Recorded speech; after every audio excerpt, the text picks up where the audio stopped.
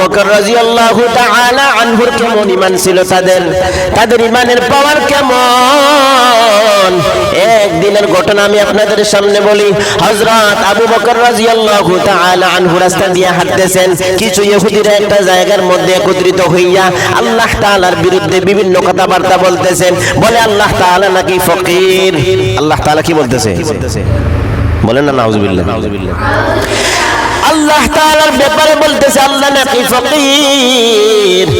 আর ওই আওয়াজটা হযরত আবু বকরের কানের মধ্যে বেজে গেল। আবু বকর সাথে সাথে ওই ইহুদিদের মজমার মধ্যে গেলেন, যাইয়া ওই ইহুদিদের পাদ্রী একটা ছিল, পাদ্রীর নামটা ছিল ফিনহাস।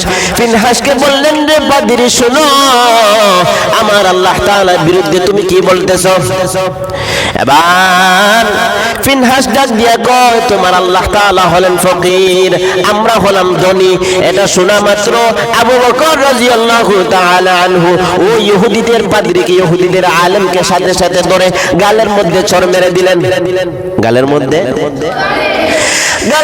মধ্যে চর মারার পর এবার ওই ফিনহাস পাদ্রীটা রাসূলের দরবারে যাইয়া বলতেছে, ইয়া হাবিবাল্লাহ, ইয়া রাসূলুল্লাহ, ওগো মুহাম্মদ শুনো, তোমার বন্ধু আবু বকর আমার গালের মধ্যে চর মেরেছে, আমি এর বিচার চাই। এবার রাসূল আকরাম সাল্লাল্লাহু আলাইহি ওয়াসাল্লাম আবু বকরকে ডাক দিলেন, হে আবু বকর শোনো, তুমি ফিনহাসকে কেন মেরেছো? তার কি দোষ ছিল বলো? এবার আবু বকর রাদিয়াল্লাহু তাআলা আনহু বলার আগে ফিনহাস বলতেছে, আমি কোনো দোষ করি নাই, সে আমাকে এমনিতেই হুদাই আমাকে চড় মেরেছে, আমি এর বিচার চাই। এবার ব্যক্তিটা এমন ভাবে কান্না মাখা চেহারা নিয়ে বলতেছে, কান্না করে বলতেছে, চোখের মধ্যে পানি বের করতেছে। মুনাফিক, বেঈমান তো কাফের। আবু বকরকে ফাঁসানোর জন্য পানি বের করে বন্ধুরা আমার বলতেছে কার কাছে? রাসূলের কাছে বিচার দিতেছে। এখন একজন মানুষ যদি কান্না করে যদি বলে, তাহলে আপনিও বুঝবেন যে ব্যক্তিটা কান্না করে বিচার দিতেছে, মনে হয় সেই সত্য, মানে কান্না করে বিচার দিতেছে। এবার রাসূলুল্লাহ সাল্লাল্লাহু আলাইহি ওয়াসাল্লাম টেনশনে পড়ে গেলেন। আবু বকরকে জিজ্ঞাসা করলেন, কি আবু বকর, কি জন্য তুমি মেরেছো? আবু বকর বলেন, সে আমার আল্লাহ তাআলার বিরুদ্ধে কথা বলতেছে। সে বলতেছে, আমি শুনলাম আমার আল্লাহ তাআলা নাকি ফকির। আমি যাইয়া তারে জিজ্ঞাসা করলাম, সে আবারও বলতেছে আল্লাহ তাআলা ফকির আর তারা নাকি ধনী। এই জন্য আমি আর সহ্য করতে পারি নাই। আমি আবু বকর এমন রাগ উঠে গেল আমার আল্লাহ তাআলার প্রতি, মুহাব্বত আমার দিলের মধ্যে এমন পয়দা হলো, আমি সাথে সাথে তার গালের মধ্যে চড় লাগানো শুরু করলাম। এবার রাসূল আকরাম সাল্লাল্লাহু আলাইহি ওয়াসাল্লাম টেনশনের মধ্যে পড়ে গেলেন। ইহুদি কান্নামাখা চেহারা নিয়ে, কান্না জড়িত চেহারা নিয়ে আমার কাছে বিচার দিতেছে। আবার আবু বকর কি বলতেছে, তারটা সত্য না আবু বকর একটা সত্য। এবার যদিও রাসূল জানেন আবু বকর সত্যবাদী, আবু বকর সত্যই কথা বলবে, কিন্তু রাসূল তো গায়েব জানেন না। রাসূল তো সে যে কান্নামাখা চেহারা নিয়ে বলতেছে, সাথে সাথেই তো আবু বকরকে রায় দেওয়া যায় না। এবার রাসূল চিন্তা করতেছেন কি করা যায়। এমনি জিবরাইল আলাইহিস সালাম আল্লাহ তাআলার পক্ষ থেকে ওহী নিয়ে আসছে। জিবরাইল আসিয়া বলতেছে, আমার আল্লাহ তাআলা ওহী পাঠাইছেন গো রাসূল, শোনো আমার আল্লাহ তাআলা বলেছেন, লাকাদ সামিআল্লাহু কাওলাল্লাযীনা ক্বালু ইন্নাল্লাহা ফাকীর ওয়া নাহনু আগনিয়া। এই আয়াতটা যখন জিবরাইল নাযিল করলো, সাথে সাথে রাসূল বুঝে ফেললেন আল্লাহ তাআলা আয়াতের মধ্যে বলতেছেন, অবশ্যই আল্লাহ তাআলা শুনেছেন। তারা বলেছেন, অবশ্যই আল্লাহ তাআলা ওই ব্যক্তির কথা শুনেছেন যারা বলেছে তারা ধনী আর আল্লাহ তাআলা ফকির। এবার রাসূল সিদ্ধান্ত পাওয়ার পর সাথে সাথে ফিনহাসকে সাথে সাথে দূষিত সাব্যস্ত করলেন যে তুমি মিথ্যাবাদী। আমার আল্লাহ তাআলা সাক্ষ্য দিতেছেন আবু বকরের ব্যাপারে, কেমন আবু বকর কেমন সত্যবাদী ছিল যে স্বয়ং আল্লাহ তাআলাই সাক্ষ্য, পৃথিবীতে আল্লাহ তাআলাই সাক্ষ্য হিসাবে দাঁড় হয়ে গেছেন। বলেন না সুবহানাল্লাহ। আল্লাহ তাআলাই কি হয়ে গেছেন? সাক্ষ্য হিসাবে আয়াত নাযিল করে দিয়েছেন যে আমি আল্লাহ তাআলা শুনেছি। কে শুনেছে? আল্লাহ তাআলা শুনেছে। এবার বন্ধুরা আমার, আমি উদ্দেশ্যটা আবু বকরের ঘটনাটা বলা উদ্দেশ্য এই জন্য আমি বললাম যে দেখো আবু বকর এত বড় সাহাবী, এত নম্র সাহাবী, এত আবু বকরকে বলা হয় এত বিনয়ী সাহাবী, খুব একটা রাগ নাই আবু বকরের ভিতরে। কিন্তু যেই মাত্র আল্লাহ তাআলার বিরুদ্ধে বেঈমান চলে গেছে, আবু বকর সাথে সাথে প্রতিবাদ গালে থাপ্পড় দিয়ে শুরু করে দিল। কিন্তু বর্তমান জমানায় আমার নবীকে নিয়ে কটূক্তি করা হয়, কোরআনকে লাতানো হয়, আমার আল্লাহ তাআলার বিরুদ্ধে কথা বলে বেঈমান। আর কোন মুসলমান যদি প্রতিবাদ করে তাহলে তাকে বলা হয় সে নাকি তাওহীদি, সে নাকি জঙ্গি, সে নাকি কি, তাকে জঙ্গি বলে ট্যাগ লাগানো দেওয়া হয়। কিন্তু আবু বকর এত বড় সাহাবী হওয়ার পর বেঈমানকে মেরেছেন, আল্লাহ তাআলা খুশি হয়ে আয়াত নাযিল করে দিয়েছেন, ও বন্ধুরা, ও মুসলমান ভাইয়েরা, ও বৃদ্ধ বাবাজিরা, তোমার এলাকার মধ্যেও যদি কোনো বেঈমান আমার নবীর বিরুদ্ধে যদি কথা কয়, কোরআন নিয়ে যদি কোনো কথা কয়, আমার আল্লাহ তাআলার বিরুদ্ধে যদি কথা কয়, তাহলে আইনের কোনো প্রয়োজন নাই, সাথে সাথে তুমি তারে তাবরায়া সোজা করে লাইবা। ঠিক কিনা বলো বন্ধুরা আমার? সাহাবীদের ঈমান কেমন ছিল, সহ্য করতে পারেন নাই। আর আপনি আমি এমনও হইছে, এই যে অপূর্ব বাল, তারে তো আমি অপূর্ব বালই বলি না, অপূর্ব বালই বলি, সে কোরআনে লাথি মারলো, আর ওই একই প্রতিষ্ঠানের অনেক ছাত্ররা তারে দেখলো, কিন্তু কেউ তার গালের মধ্যে থাপ্পড় বসাইতে পারলো না। কেন? আজকে যুবক, আজকে মুসলমান, আজকে মুসলমান রাসূলের আদর্শ তার মধ্যে নাই, নবীজির কি আদর্শ ছিল, সাহাবীদের জীবনী তার মধ্যে নাই। অথচ আল্লাহ পাক রব্বুল আলামিন সাহাবীদের প্রত্যেকটা সাহাবীর প্রতি আল্লাহ তাআলা সন্তুষ্ট ছিলেন।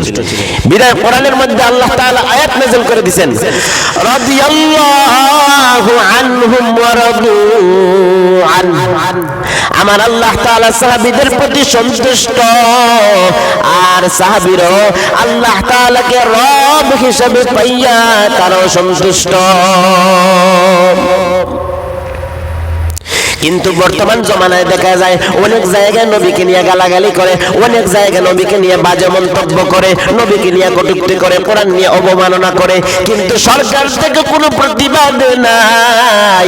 এই জন্য বলি রে মুসলমান, এই জন্য বারবার আমি বলি, আওয়ামী লীগ দেখেছি, বিএনপি দেখেছি, জাতীয় পার্টি দেখেছি, সব ক্ষমতা আমাদের দেখে শেষ। এবার নতুন কোন রাজনৈতিক দল, যেই রাজনৈতিক দল গেলে পরে আমার কোরআনের ইজ্জত থাকবে, রাসূলের ইজ্জত থাকবে, আল্লাহ তাআলাকে নিয়ে কেউ কটূক্তি করবে না। এই যে বাউল আবুল সরকার যে বলল কুল আউযু বিরাব্বিন নাসের অপব্যাখ্যা করলো, আল্লাহ তাআলা মুখ দিয়া নাকি আরো কি দিয়া কথা কয়, এই রকম কথা বলল। বলো কোন মুসলমানের সন্তান এই রকম কথা বলতে পারে না, কিন্তু কত বড় কাফের এই রকম কথা বলল। কিন্তু তোমার আমার মুসলমানের ঘরের সন্তান অনেকেই দেখা গেল তার প্রতিবাদ জানায়, তার কি জানায়, তার মুক্তির দাবি জানায়, তাকে মুক্তি করে দাও। এই জন্যই ওই যে মানিকগঞ্জের হাই স্কুলের ময়দানে অনেক বাউলরা আসলে তার মুক্তির দাবিতে আমার প্রিয় তাওহীদ ভাইয়েরা, ইমানদার ভাইয়েরা গেছে তার প্রতিবাদ জানাইয়া এক একটারে পিটাইতে পিটাইতে পানির মধ্যে ফালাইয়া দিছে। আমি তো বলি এটা খুবই ভালো কাজ করেছে, খুবই ভালো কাজ করেছে, এটা ইমানের কাজ করেছে। কিন্তু সুশীল সমাজ বাংলাদেশের অনেকেই বলে কি যে বাউল এদেরকে নিরহ মানুষ, এদেরকে কেন মারছে, দোষ করছে একজনকে, এদের মারার উদ্দেশ্য কি? আমি বলি রে শোনো, এদেরকে মারার উদ্দেশ্য মাত্র একটাই কারণ, সে যে বেঈমান, সে যে কাফের, সে যে এত বড় কথা বলল, আল্লাহর বিরুদ্ধে চলে গেল। আর যেই বান্দা আল্লাহর বিরুদ্ধে চলে যায়, ওই ব্যক্তির মুক্তির দাবি তুমি জানাইতে আসো কেন? যে ব্যক্তি আল্লাহর বিরুদ্ধে চলে গেছে, ওই ব্যক্তির মুক্তির দাবি জানানোর জন্য তুমি আসছো, তাহলে বোঝা গেল কি তার কথা আর তোমার কথা একই।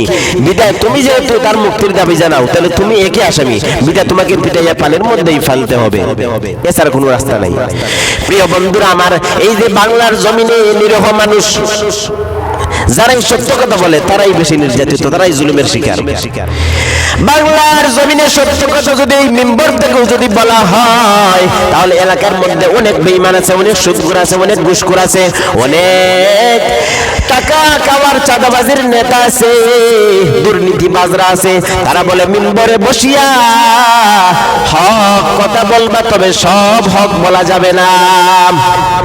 রাজনীতির বিষয়ে কোনো আলাপ করা যাবে না, দুর্নীতির বিষয়ে কোনো আলাপ করা যাবে না, সন্ত্রাসের বিরুদ্ধে কোনো আলাপ করা যাবে না। কেন বন্ধুরা আমার এটা হলো কেন? কারণ আমরাই মুসলমানরা তাদেরকে ভোট দিয়া তাদেরকে জয়ের চেয়ারে বসাই। আমরা ভালো মানুষকে আমরা ভোট দিতে জানি না। আমরা হলাম এমন মুসলমান, 1000 টাকা যদি পাই ওই 1000 টাকার বিনিময়ে তারে আমি আমার ভোটটা দিয়া দেই, কিন্তু সে ওই ভোটটা পাইয়া পুরা 5 বছর দেশটাকে এমন ভাবে চুষে নেয়, লুটে নেয়, যাতে দেশে আর কোনো কিছুই থাকে না। এই জন্য বন্ধুরা আমার বলবো, আগামীতে সামনে নির্বাচন, আমি বলবো না তুমি ইসলামিক দলে ভোট দাও, আমি বলবো না তুমি বিএনপিতে ভোট দাও, আমি বলবো তুমি এমন একজন ব্যক্তিকে ভোট দাও যে 5 ওয়াক্ত নামাজি, যার গালের মধ্যে দাড়ি আছে। তুমি এমন একজন ব্যক্তিকে ভোট দাও যে নামাজ পড়ে 5 ওয়াক্ত, যার ভিতরে দিনদারিতা আছে। আর যার ভিতরে দিনদারিতা আছে ওই ব্যক্তি সংসদে যাওয়ার পর আমার আল্লাহ তাআলার পক্ষে কথা বলবে, কোরআনের পক্ষে কথা বলবে, রাসূলের পক্ষে কথা বলবে, মুমিনের পক্ষে কথা বলবে। দেশের মধ্যে শান্তি আসবে, বেঈমানেরা সংসদে বসেও বেঈমানি করতে পারবে না। আর দেশের বাহিরে গোটা দেশের ভিতরে কোরআন অবমাননা করে থাকতে পারবে না। কারণ সংসদের মধ্যে যদি ইমানদার পাওয়ারফুল মানুষ থাকে তাহলে বাংলাদেশটাই সুন্দর হয়ে যাবে।